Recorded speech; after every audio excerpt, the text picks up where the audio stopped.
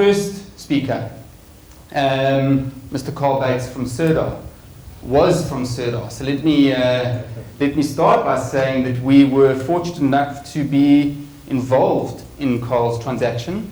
He founded the business and scaled it to a point where he was able to sell it without any significant profit warranties or the like. So a really neat and good transaction for Carl. He has off to pursue a political career. That's not a story we hear very often. It's one definitely for the book. The only fault is that he's a Kiwi. So we are one all in the series, so it's close. No rugby jokes. But Carl, over to you.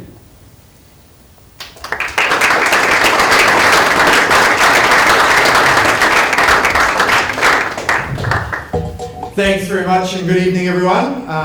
No rugby jokes is a bit of a push, really. Of course, I have to say as a Kiwi that you've got New Zealand out front again this evening. Only for 15 minutes.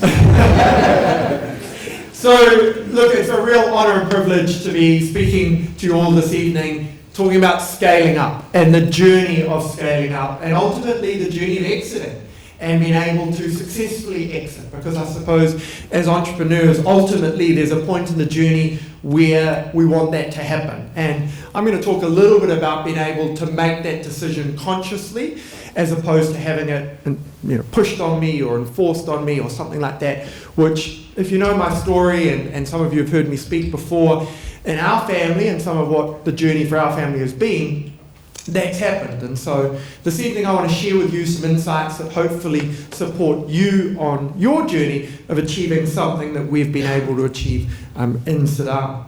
And so I want to just kick off very quickly by giving you a sense of what is it that we built. So Sirdar is the leading educator, guide and appointer of high performance boards here on the African continent. We've built the largest professional services firm in this space, in the boardroom space. We own the boardroom here on the African continent. And the name Sirdar is the name given to the lead Sherpa on a mountain expedition. So where others see a mountain of difficulty, the Sirdar sees a clear path of opportunity. And so through that journey of building, as I said, a high-performance board-focused professional services firm, we work with businesses, or ultimately through the boardroom, guiding boards and growing business. We've been able to work with hundreds of boards across the continent, even more businesses. Some of the businesses we've worked with haven't been directly in the boardroom, had huge impact in the space, a 16-year legacy. I was very lucky in that I got to start this business as a fairly young guy. I think when I first started, I was still wearing my dad's tweed jackets, but that's a whole nother story for another day. And we've been able to see the impact of the work we do through that one number on the screen as an entrepreneur. One, when you're talking about great numbers that you've got, is probably not one that you sort of want on the screen.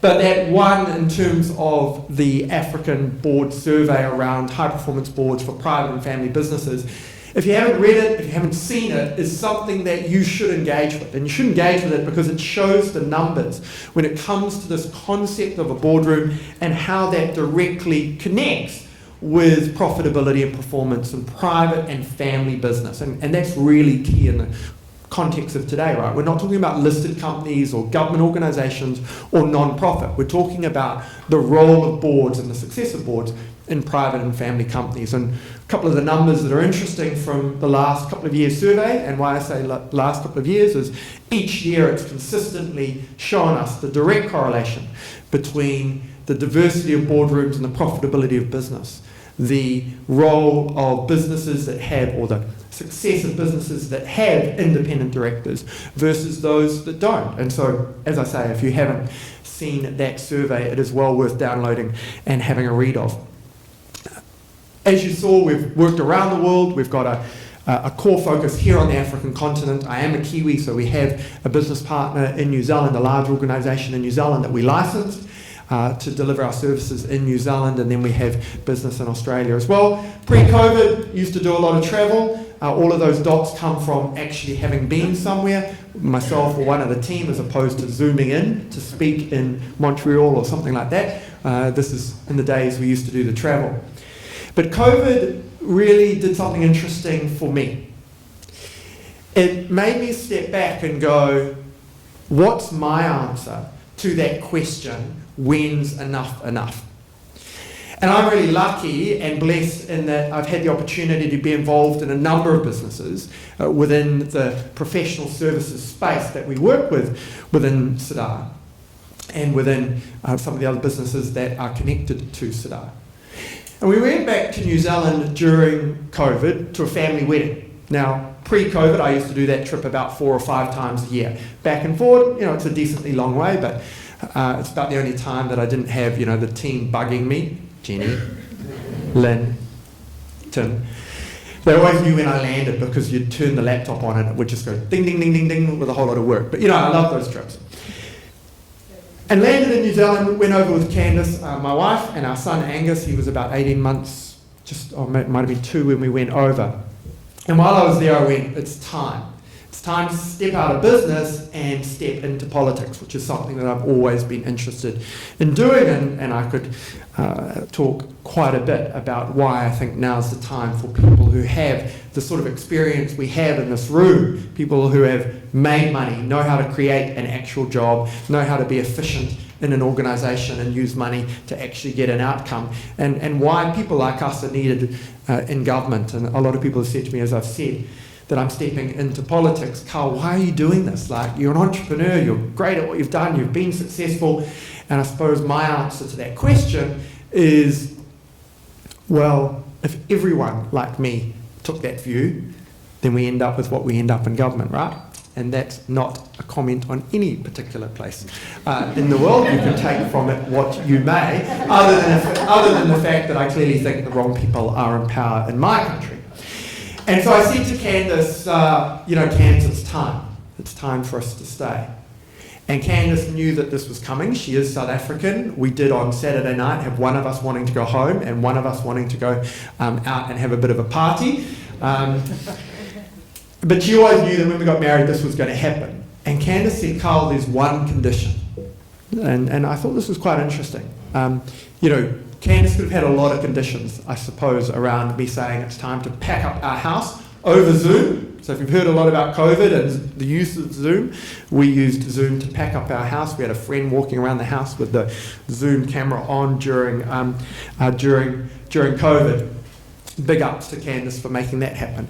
But she said her one condition was that we sold our business to someone who would ensure we continue to have the impact on the African continent that we've had. And so I started a journey working with the guys from Benchmark and our team within Sirdar to go on the journey of selling and exiting our business. And it's a really great honour and privilege that the guys from MPI and Israel's here this evening as my new boss for a week or 2 more, I suppose, who have come on board and bought the majority shareholding of Sirdar and enabled me to exit, as Graham said, without profit warranties and without that sort of ongoing tail. And I think that speaks to the quality and the success that the Sirdar business has had. And I'm going to share a little bit with you about why I think that is the case. So I'm going to share that with you, but I want to give you one last sort of reference point for the scaling conversation and my experience in the scaling conversation before I do that. Because there are a lot of milestones on the journey of scaling. And scaling is different for different people. So often we talk about this, for example, idea of a family business. And I love when someone says to me, oh no, but we're a family business. As though being a family business means exactly the same thing to every family business in every country on the planet. My family operates very differently, I'm sure, to yours. Yet we sort of talk about family businesses as being all the same thing, and clearly they're not. In the same vein, scaling is different. Depending on the type of business you are and where you're at in the journey, your scaling journey will be different. And I've had the honour and the privilege of scaling or being involved in scaling and exiting a number of businesses. obviously the Sirdar story that we've just been sharing with you. Some of you might know this brand, Power Fashion. Power Fashion sold to Mr. Price during COVID in 2020. It's public knowledge, so I'm not sharing any secrets, for about 1.7 billion rand. I was the chairman of Power from about 2015 to 2020. We grew it from 50 stores across South Africa and all of the little places that you wouldn't buy from. So, you know, if anyone in this room knows the brand Power Fashion, it probably means you've been a true entrepreneur, where you've had to buy from the, you know, places in South Africa that things don't cost much, because this is one of those brands. We grew it from 50 to 170 stores across South Africa and then sold out to Mr. Price. And that was, Mr. Price. And that was an example of an organisation I was involved in their scaling as the independent chair of the board. And then if I go back 20 odd years, I was involved in setting up an organisation in New Zealand called UN Youth. It's the United Nations Youth Association for Aotearoa New Zealand. And I was the second president of the United Nations Youth Association, a non-profit. But my involvement in setting them up to scale is 25 years later. They still use their events as the driver of that organisation from a financial perspective, and it enables that organisation to do massive work. I've worked with tens of thousands of New Zealand students over the years, including some of the people I intend on kicking out of Parliament next year. Tens of thousands of Kiwi students over the years to understand New Zealand's role in the world. But that scale or scaling opportunity was based around understanding how even a non-profit has to have a financially viable model at its core. And so, here's 5 quick reflections on my scaling journey. The first is this idea that you've got to have a purpose that gets you through the darkness. This was a photo taken 12 years ago on the top of Kilimanjaro.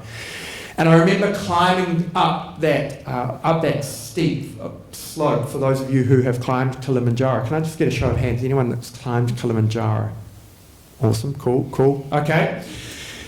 So, for those of you who haven't climbed Kilimanjaro, on the last night they say you have to climb the last part of Kilimanjaro through the night. So you leave about midnight, you climb through the pitch black, and they have this idea that you do this because you arrive on the summit in the morning, you watch, apparently it's because you get this romantic idea of watching the sunrise over the horizon, and that's sort of this reason for climbing through the night. And of course that it's not as hot as it is during the day, apparently. I think both of those ideas are flawed. I think the last thing you're interested in at 6:30 in the morning after climbing 8 hours through the pitch black is this romantic idea of the sun rising over the horizon. And secondly, it's cold at the top of that mountain all of the time. I think they make you do it through the pitch black, because if you had to do it during the day, you would see where you were going, you would turn around and go home. But getting up through that darkness, for me, I was climbing that mountain because my dad couldn't. And for those of you who know my story would know a little bit more about that. I'm not going to go into that right now because I don't have the time.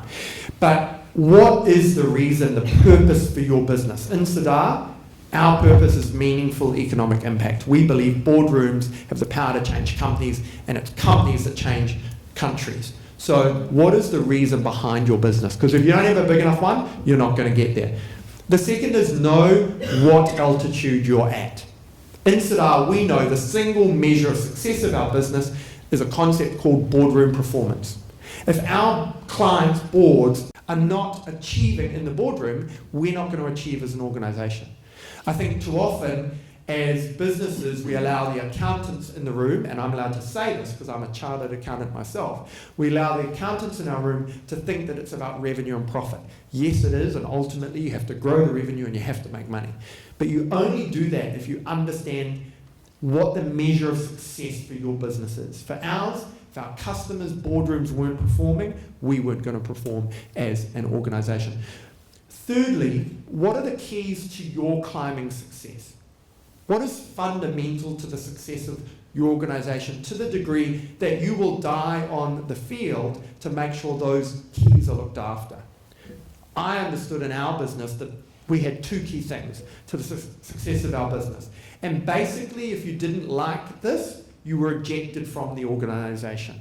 Because I wasn't going to change the keys that I knew would enable us to be successful because you didn't like them or you had a different opinion on what drove our organization. Because we built it understanding that we were a professional services firm built around a brand. And that brand wasn't my name.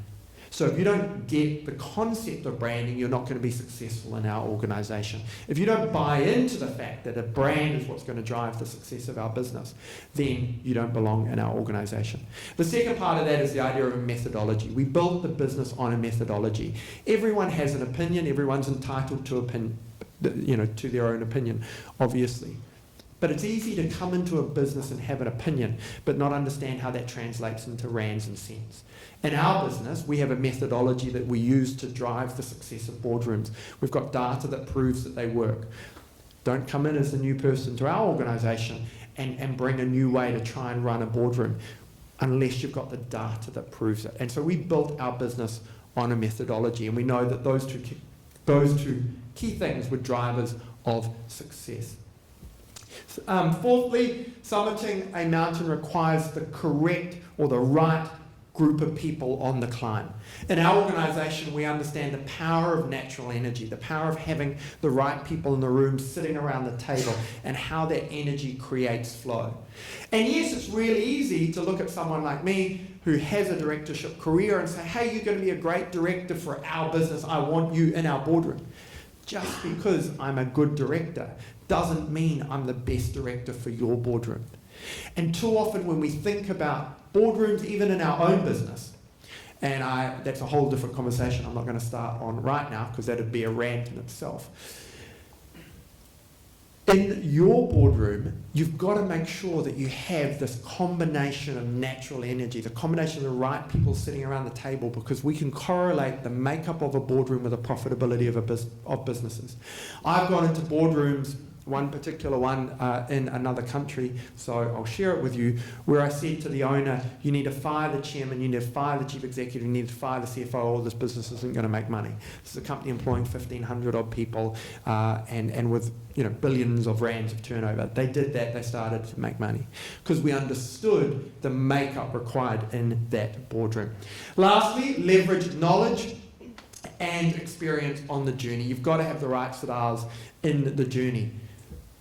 Power Fashion was successful, not just because it was a family business and not because of the product and all of the great stuff that made it up, but because they were prepared as a family to bring in an independent chair and an independent director to challenge them about what success meant in that business. And through doing that, ultimately, we were able to scale that business and see it sold. Who are you bringing in to your boardroom to challenge you on the journey to make sure you get to the summit? And so if you want to understand a little bit more about the thoughts that I have, and I call it the 4 dangers that kill businesses and destroy value, feel free to use that QR code and grab that ebook while we move on to the next speaker. I hope that was valuable. Have a wonderful evening, and thanks to all the organisers for the presentation.